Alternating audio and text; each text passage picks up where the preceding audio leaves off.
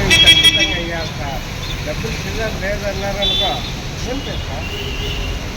నేను హామీ ఇస్తున్నాను, మీకు ఎటువంటి ఇబ్బంది లేకుండా నేను మీకు తోడ్పడతానని చెప్పారు. అలాగే మనకి ఒక జిల్లాకు ఒక అసోసియేషన్ సొంత భవనం కావాలని కూడా మనం తెలియపరిచాం. దానికి కూడా వాళ్ళు సానుకూలంగా ఉన్నారు. కాబట్టి మనం ఏంటనేది మన అసోసియేషన్ మనం నిర్ణయించుకుని ద్వారా ఎప్పటికప్పుడు కలుస్తా అటువంటి ఎటువంటి ఆశిస్తున్నాను. అలాగే మనకి ఈ గవర్నమెంట్లో మనకు మంచి జరిగిందని మనమందరం ఆశిస్తాం. అలాగే ముందు ముందు కూడా మనం కాంపిటీషన్ వర్క్లో కాంపిటీషన్ పడకుండా చక్కగా మన పని మనం చేసుకుంటూ అసోసియేషన్ డెవలప్మెంట్కి కొత్త సభ్యత్వాలు చేసుకుంటూ మన Andhra Pradesh private electrical workers association వారు 16వ కార్యవర్గ సమావేశం. మీ అందరికీ తెలుసు, గతంలో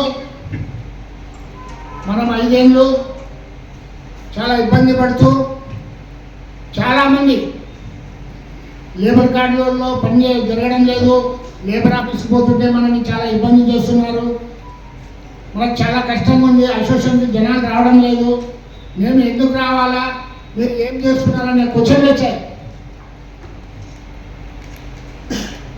అందరికీ ఒకటే విజ్ఞప్తి, అప్పుడు కూడా తెలియజేశాము, ఇప్పుడు కూడా అదే తెలియజేస్తున్నాం. ఏ రోజైతే నువ్వు అసోసియేషన్ మీద డిసప్పాయింట్ అయినావో ఆ రోజే మన అసోసియేషన్ లేనట్టు. నువ్వు ఎప్పుడు డిసప్పాయింట్ కావద్దు. ఈ ప్రభుత్వం కాకపోతే ఇంకో ప్రభుత్వం వస్తుంది, ఎవరు వచ్చినా కార్మికుల శ్రేయస్సు కోరే వాళ్ళకే మన మద్దతు ఉంటుందని మేము ఆ రోజుల్లో తెలియజేశాము, ఇప్పుడు కూడా అదే తెలియజేస్తున్నాము. ప్రతి ఒక్కరికి నేను చెప్పేది ఒకటే, బాగా గుర్తుంచుకోండి, ఇన్ని రోజులు చేయని లేబర్ ఆఫీస్లో కార్డులు ఏమేమి ఉండవో అవన్నీ రెన్యువల్ చేయించండి. మార్చి 16 నుంచి ఎవరైనా మన ఎలక్ట్రికల్ సోదరులు చనిపోయినా కూడా వాళ్ళది కూడా రికార్డులు ఎక్కియండి, వాళ్ళది కూడా రికార్డులు ఎక్కించి ముందరికి బండి. ఎందుకంటే మన చేతనైన సాయం మనం చేయడం మన ధర్మం. అప్పట్లో మనం పోతే ఆ లేబర్ ఆఫీసర్ నిర్వీర్యం అయిపోయింది కాబట్టి ఏం చేయలేకపోయాం. కానీ ఇప్పుడు మళ్ళీ తిరిగి లేబర్ ఆఫీస్ వచ్చింది కాబట్టి మన రాష్ట్ర అసోసియేషన్ వారు ఖచ్చితంగా ఇక్కడ హెడ్ ఆఫీస్లో ఉండి చక్రం తిప్పే సమర్థత ఉన్నత నాయకులు ఉన్నారు మనకు. కాబట్టి మీరు మీ విషయాలు తెలియజేస్తే అక్కడ మీరు పోరాటం చేసి మీతో కాకపోతే రాష్ట్రానికి తెలియజేస్తే ఇక్కడ హెడ్ ఆఫీస్లో పోయి కూర్చొని ఆ పని చేయించేందుకు సత్తా సామర్థ్యంతో మనమంతా పనిచేయాలా, మనమంతా కలిసిమెలిసి ఉండాలా, మళ్ళీ గతంలో ఉన్న వైభవం తిరిగి రావాలా అంటే మీరందరూ ఒక్క తాటిపై ఉండి ప్రతి ఒక్కరూ మళ్ళీ మొదటి నుంచి మొదలుపెట్టినట్టు ప్రతి ఒక్కరూ నిర్విరామ కృషి చేస్తే తప్ప మళ్ళీ మనం ముందుకు పోలేమని తెలియజేస్తున్నాను. మిత్రులారా, ప్రభుత్వాలు వస్తుంటాయి పోతుంటాయి, మన అసోసియేషన్ మాత్రమే ఎప్పుడు ఉంటుంది. మన అసోసియేషన్ ఏ ప్రభుత్వానికి అనుకూలం కాదు. ఏ ప్రభుత్వం అయితే మనకు అనుకూలంగా సేవ అందించేస్తుందో, మన కోరికలు నెరవేరుతుందో ఆ ప్రభుత్వానికి ఎప్పుడు మన మద్దతు ఉంటుందని తెలియజేస్తున్నాను. అంతే తప్ప మనం ఆ పార్టీ జెండాలు మోసుకుంటూ తిరిగే వాళ్ళం కాదని మీ అందరికీ తెలుసు. ఒకటి గుర్తుంచుకోండి, ఆయన ఆ పార్టీ, ఈయన ఈ పార్టీ, ఆ పార్టీ ఈ పార్టీ అని మనం కొట్లాడుకుంటూ ఉంటే అసోసియేషన్లు ముందరికి పోవు, అసోసియేషన్లు అన్నీ బ్రేక్ అయిపోయి ఎక్కడికక్కడ పడిపోతాయి. ఏ పార్టీ అనేది ముఖ్యం కాదు, పని చేయగలిగినామా, పని చేస్తున్నామా, పని చేసేందుకు మన వంతు కృషి మనం చేస్తున్నామా లేదా అనేదే ముఖ్యమైన కారణం. దాన్ని మనలో పెట్టుకోవాలి. నేను చేస్తే ఏమైతుంది కాదు, నేను ఒక్కటి రాకపోతే ఏమైతుంది కాదు. ఏది చేయాలన్నా మొట్టమొదట ఒక్కడుగుతోనే ప్రారంభమవుతుంది మిత్రులారా. ఆ తొలి అడుగు మీదే ఎందుకు కాకూడదని నేను ఈరోజు సభావేదికగా అడుగుతున్నాను మిత్రులారా. ఆ తొలి అడుగుతోనే మనం ముందరికి వెళ్ళాలి. ఖచ్చితంగా మళ్ళీ పూర్వవైభవం తెప్పించి మన అసోసియేషన్లో మళ్ళీ కలకలలాడేలాగా, అలాగే మన అసోసియేషన్లో వాళ్ళకి కార్మికులకి మనం సేవ చేసేలాగా మనం ఖచ్చితంగా వాళ్ళని ముందరికి తీసుకుపోయి ఖచ్చితంగా భవిష్యత్తులో వాళ్ళకి మంచి పునాది రాళ్ళు వేస్తామని ఆ రోజే మాట ఇచ్చాం మిత్రులారా.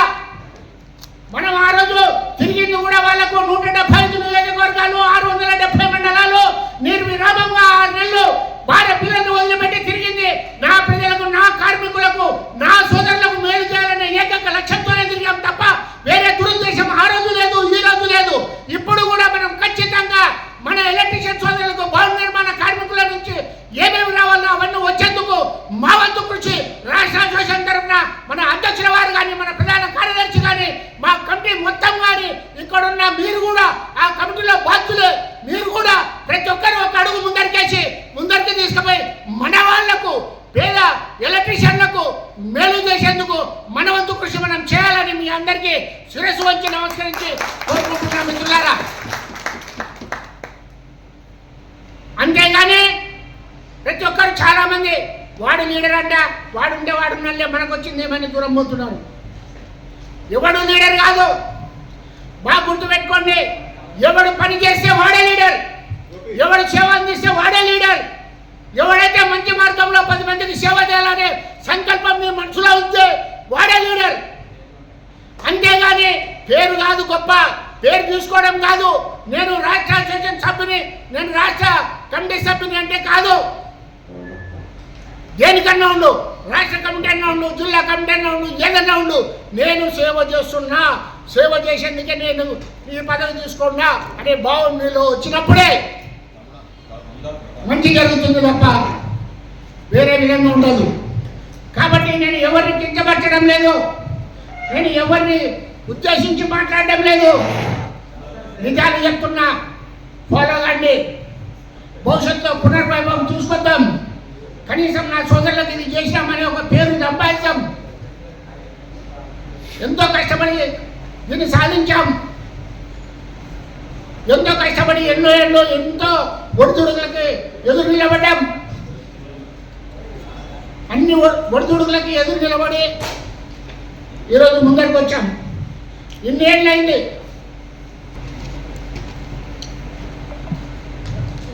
ఇంకా 2.5 సంవత్సరం ఉంది.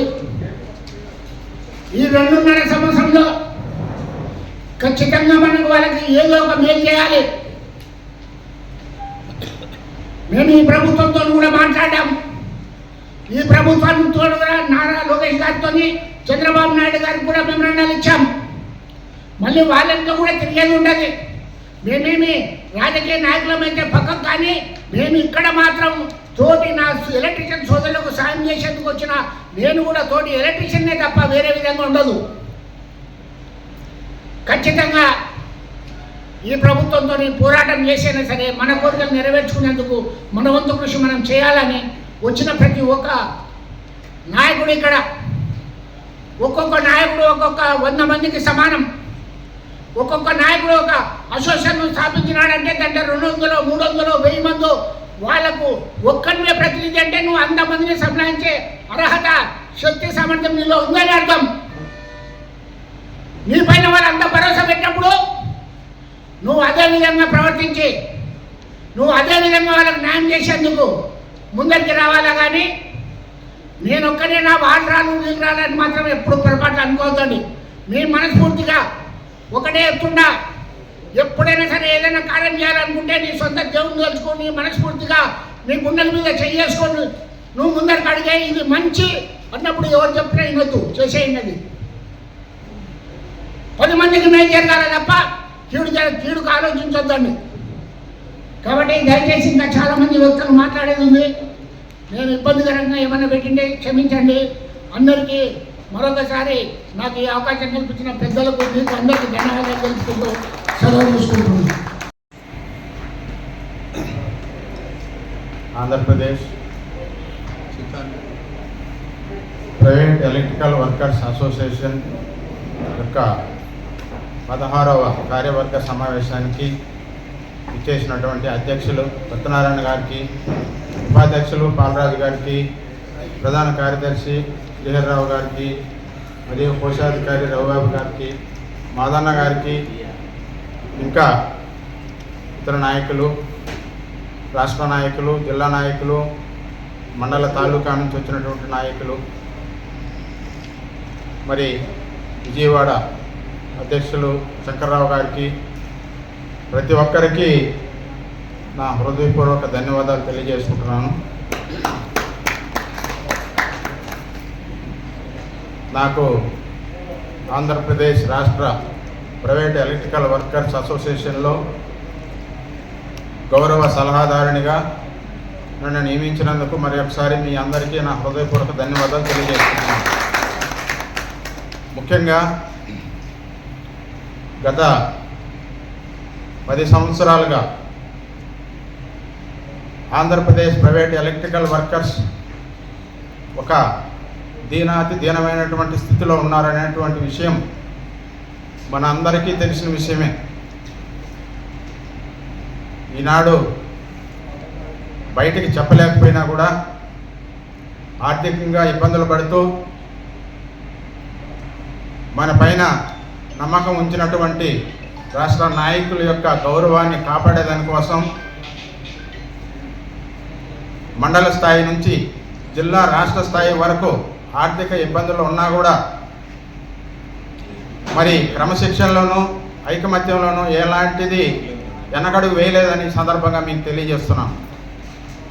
ముఖ్యంగా పెద్దలు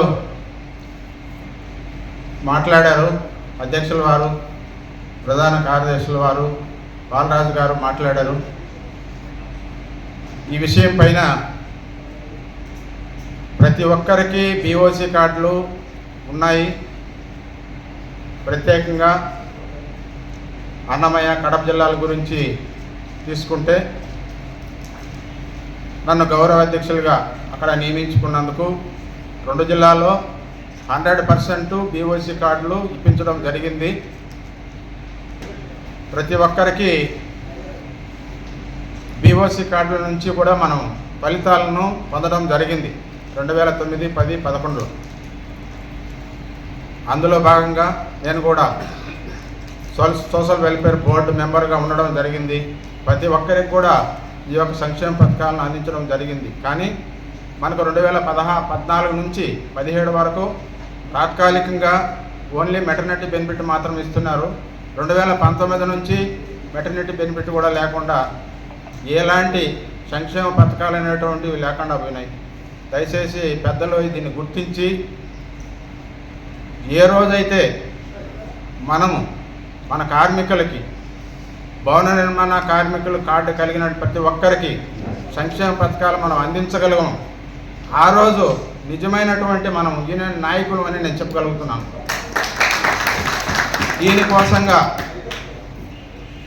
దీనికోసంగా నా వంతు, నా వెనకాల ఉన్నటువంటి కార్మికుల వంతు ప్రతి ఒక్కరికి నేను తెలియజేయనది, ఎంత పోరాటానికైనా కూడా ఒక యూనియన్గా మనం నిర్ణయం తీసుకోవాలనేటువంటిది ఒక ఖచ్చితమైనటువంటి నిర్ణయం. గత 5 సంవత్సరాల నుంచి కాలయాపన చేశాం మనం. ఎన్నో కార్యవర్గ సమావేశాలు ఉన్నప్పటికీ రావడం కేవలం ఐక్యతను చాటు చేసుకోవడం తప్పనిచ్చి మనం ఇతరులకు ఏం చేయలేనటువంటి పరిస్థితి. తర్వాత ఒక యూనియన్ యొక్క గౌరవం కావచ్చు, మానవతా దృక్పథంతో కావచ్చు, ఒక స్నేహభావంతో కావచ్చు, ఎవరికైనా కూడా బాగలేకున్నా కానీ, చనిపోయినా కానీ, యాక్సిడెంట్ జరిగినా కానీ పర్సనల్గా కొంత డబ్బును కలెక్షన్ చేసి వారికి ఇవ్వడం జరిగింది. ఇది గత 5 సంవత్సరాల్లో జరిగినటువంటి విషయం. నిజమా కాదా నాయకులు చెప్పొచ్చు. ఇప్పుడు ఈ దాంట్లో మన స్థాయిని మనం నిలబెట్టుకునే దానికోసం, యొక్క అభివృద్ధిలో నడిపించుకునే దానికోసంగా నాయకులు భుజాన వేసుకొని ప్రతి ఒక్కరు ఉన్నటువంటి నాయకులు వాళ్ళ చేతిలో నుంచి డబ్బులు పెట్టుకొని మీటింగులు జరుపుకోవడం కూడా జరిగింది గత 5 సంవత్సరాలు. అదే కడప జిల్లా, అన్నమయ్య జిల్లా 2 జిల్లాలకు అసోసియేషన్ మీటింగులు ఎక్కడ జరుగుతున్నాయంటే ఆయా జిల్లా లీడర్లు లేకుంటే మండల జిల్లా స్థాయిలో ఉన్నటువంటి అధ్యక్షుల వారు ఏదైనా ఒక ఆఫీసో షాపో ఏదైనా ఉంటే ఆ షాపుల్లో యూనియన్ మీటింగ్ జరుపుకోవడం జరుగుతుంది. అవునా కాదా చెప్పండి. ఇవన్నీ కూడా ఆర్థికంగా ఎలాంటి ఇబ్బందులు. ఇప్పుడు మేము 2019 నుంచి 50 రూపాయలు అంతకుముందు కలెక్షన్ చేసేవాళ్ళం. ఎలక్ట్రీషియన్స్ దగ్గర రుసుము వసూలు చేసేవాళ్ళం 50 రూపాయలు. 2019 కరోనా వచ్చినప్పటి నుంచి జరిగే ఖర్చులేమో జరుగుతున్నాయి. వాళ్ళని అడిగేదానికి వాళ్ళు కూడా ఎట్లా ఉంటుందంటే మా దగ్గర ఏమున్నాయి సార్ అనే పరిస్థితుల్లో ఉన్నారు. కాబట్టి కమిటీలో ఉన్నటువంటి వాళ్ళు 500 ఎగేసుకొని మీటింగ్ జరుపుకోవడం అటువంటి జరుగుతూ ఉంది. ఇవన్నీ కూడా నేను పెద్దల దృష్టికి ఎందుకు తీసుకొస్తున్నానంటే మీరు ఎంత తొందరగా భవన నిర్మాణ మరి ఇతర నిర్మాణానికి సంబంధించినటువంటి కార్డు కలిగిన ప్రతి ఒక్కరికి మనకు ఉన్నటువంటి ఆ యొక్క సంక్షేమ ఫలాన్ని అందించాలనేటువంటిది నా హృదయపూర్వకంగా మేము రిక్వెస్ట్ చేసుకుంటున్నాం. గతంలో అవకాశం లేదు, పెద్దలు ఇప్పుడే సత్యనారాయణ గారు చెప్పినారు, ఇప్పుడు మనకు అవకాశం ఉంది. అది కూడా చెప్తున్నాను. గత ఎలక్షన్కు ముందు మన పబ్లిక్ మీటింగుల్లో గౌరవశ్రీ ఉప ముఖ్యమంత్రి వర్యులు పవన్ కళ్యాణ్ గారు అనేక మార్లు భవన నిర్మాణ కార్మికులు చాలా ఇబ్బందులు ఉన్న వాళ్ళందరినీ కూడా ఆదుకుంటా ఉన్నటువంటి విషయాన్ని చెప్పారు. తర్వాత మనం విన్నటువంటిది లోకేష్ గారు పాదయాత్రలో మన బాలరాజు గారు అయితేనేమండి, ఇతర నాయకులు అందరూ కూడా మనం శ్వేతపత్రాలను మనకు ఉన్నటువంటి డిమాండ్స్ని బట్టి మనం ఇవ్వగలిగినాం. వీటన్నిటిని దృష్టిలో పెట్టుకొని ఇక మీదటైనా కూడా మనం ఒక ఖచ్చితమైనటువంటి నిర్ణయానికి వచ్చి మనకు కాబోయేటువంటి అన్నిటిని కూడా మనం సాధించుకోవాలని నేను మామూలుగా మనస్ఫూర్తిగా తెలియజేసుకుంటూ, రెండవ విషయం నేను చెప్పాలనుకున్నది ఏంటంటే, ఒక కార్మికునికి విద్య, వైద్యం, ఆరోగ్యం ప్రస్తుతానికి ఏం లేకపోయినా కూడా సెంట్రల్ గవర్నమెంట్ వాళ్ళు కొన్ని ప్రతిపాదనలో తీసుకొచ్చారు. ఆయుష్మాన్ భారత్ అనేటువంటిది ఒకటి కొత్తగా 5 లక్షలు, అంటే 2018 నుంచి వచ్చింది. అదేమో 5 లక్షలతో సంవత్సరానికి ఒక కుటుంబానికి అన్ని విధాల హాస్పిటలైజేషన్కి మనం చేసుకోవచ్చు. దాన్ని కొంచెం ఆలోచన చేయండి. Number 1. Number 2 eShram, number 3 postal. ఇవన్నీ కూడా ఏంటంటే మన వెనకాల ఉన్నటువంటి ఎలక్ట్రీషియన్కి మనం ఏదో ఒకటి చూపించాలనేటువంటి విధానంతో నేను మీకు నా సలహా. సెంట్రల్ గవర్నమెంట్ వచ్చినటువంటివి ఇవన్నీ కూడా మరొక ప్రధానమైనటువంటి విషయం మీ అందరి దృష్టికి తీసుకురావాలనుకున్నారు రాష్ట్ర నాయకులు శ్రీహరిరావు గారికి, ముఖ్యంగా సత్యనారాయణ గారికి, బాలరాజు గారికి. ఇంకొక ముఖ్యమైనటువంటి విషయం ఏంటంటే, నా యొక్క గౌరవ సలహా, వీలైనంత వరకు ఆంధ్రప్రదేశ్ రాష్ట్ర ప్రైవేట్ ఎలక్ట్రికల్ వర్కర్స్కి ఈఎస్ఐ బెనిఫిట్ను తీసుకొని రాగలిగేటువంటిది విషయంగా మనం చేస్తే ఒక రాష్ట్రంలో మన కార్మికులకు మనం ఒక మంచి చేసినటువంటిది నా అభిప్రాయం. దీంట్లో భాగంగా దాని విడమర్చి కూడా మీకు చెప్పేది ఏంటంటే, ఈఎస్ఐ అంటే ఒక చిన్న మామూలుగా ప్రైవేటు హోటల్స్లో పనిచేసి 7 మందికి 7 మందికి 8 మందికి అయినా కూడా ఈఎస్ఐ వర్తిస్తున్నది, ప్రావిడెంట్ ఫండ్ వర్తిస్తాం. మరి రాష్ట్రంలో ఇంతమంది కార్మికులు ఉన్నాం, మనకు వర్తించకపోవడానికి గల కారణం ఏంటంటే, దాంట్లో ఎంప్లాయర్ అని 2 ఉంటారు. పనిచేసే వాళ్ళు యజమానికి సంబంధించినటువంటి డబ్బులు ఎవరు కట్టాలా అనేదాన్ని మీకు ఇడమర్చి చెప్తున్నాను. దయచేసి ముఖ్యమంత్రి వర్యులకు, ఉప ముఖ్యమంత్రి వర్యులకు మీరు మామూలుగా మీరు దీని గురించి వివరణ ఇచ్చేటప్పుడు ఆంధ్రప్రదేశ్ రాష్ట్ర ప్రైవేట్ ఎలక్ట్రికల్ వర్కర్స్కి ఈఎస్ఐ బెనిఫిట్ ఒకటి సదుపాయం కల్పించమని, మీరు ఇచ్చేటువంటి డిమాండ్లో ఇది ఒక ప్రధానమైనటువంటి డిమాండ్గా మిమ్మల్ని చేర్చుకోమని చెప్పి నేను హృదయపూర్వకంగా తెలియజేస్తున్నాను. దీనివల్ల బెనిఫిట్ ఏంటంటే, ఇక్కడ ఎంప్లాయర్, యజమాని అనేటువంటి వాళ్ళు ప్రభుత్వం ఉండాలి. పెద్ద ఖర్చేం కాదు. 1000 రూపాయలు తీసుకుంటే 1000 రూపాయల్లో 1.75%, 10,000 తీసుకుంటే 1.7% కార్మికుడిది, 3%, 3.5% యజమానిది వస్తుంది. ఆ డబ్బులు వాళ్ళు కట్టుకోగలిగితే ఏ హాస్పిటల్లో, ఈఎస్ఐ హాస్పిటల్కి సంబంధించినటువంటి మైనర్ కానీ మేజర్ కానీ పెద్ద హాస్పిటల్స్ కూడా మనకు ఎలిజిబిలిటీ ఉంటుందని నా అభిప్రాయం. ఎందుకంటే నేను దాంట్లో ఒకప్పుడు ఉన్నాను. పిఎఫ్ ఆఫీసులు, ఈఎస్ఐ ఆఫీసుల చుట్టూ తిరిగి కార్మికులకు సేవ చేసినటువంటి వ్యక్తిగా దాంట్లో ఉన్నటువంటి అనుభవాన్ని తిరిగి మళ్ళీ మనం దాన్ని సంపాదించుకుంటే మన కార్మికులకు అది ఒక పెద్ద వరముగానే నేను మామూలుగా ఈ సందర్భంగా తెలియజేసుకుంటూ, ఎక్కువగా నాకు ఇచ్చినటువంటి ఈ సమయాన్ని అందరినీ ఏదన్నా కొంచెం ఇబ్బంది కలిగించవచ్చు. దయచేసి ప్రతి ఒక్కరికి, నాకు ఈ అవకాశం ఇచ్చిన ప్రతి ఒక్కరికి హృదయపూర్వక ధన్యవాదాలు తెలియజేసుకుంటూ Andhra Pradesh private electrical workers association 16వ రాష్ట్ర కార్యవర్గ సమావేశానికి చేసిన అధ్యక్ష కార్యదర్శులకి, ఇక్కడున్న పెద్దలకి, గురువులకి, అహర్నిశలు శ్రమిస్తూ మన కార్మికులకి మంచి చేయాలని ఆలోచనతో ఉన్న పెద్దలందరికీ కూడా హృదయపూర్వక నమస్కారాలు తెలియజేస్తాం. మనందరం కూడా ఛానల్ని కలుసుకున్నాం. ఈరోజు సార్ అటెండ్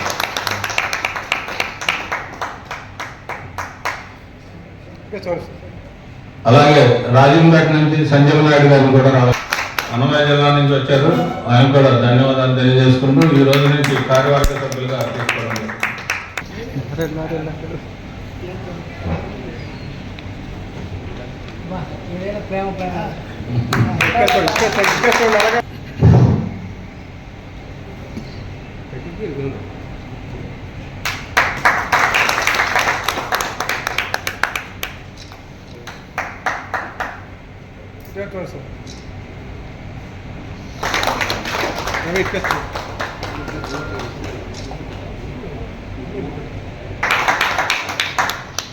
మన కడప జిల్లా అసోసియేషన్ అధ్యక్షులు అల్తాఫ్ గారు వచ్చి మా ఐడి కార్డు పొందవలసిందిగా కోరుతున్నాం.